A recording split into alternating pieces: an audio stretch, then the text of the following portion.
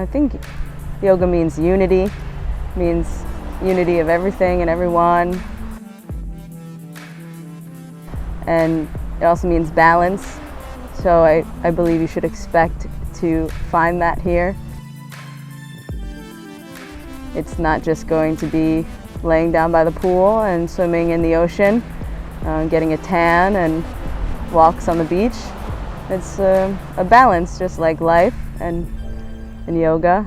It's a work, and you put in the effort, and then you receive its rewards and the fruits of your labor. So I think that's what you should expect, to have that combination of work and play.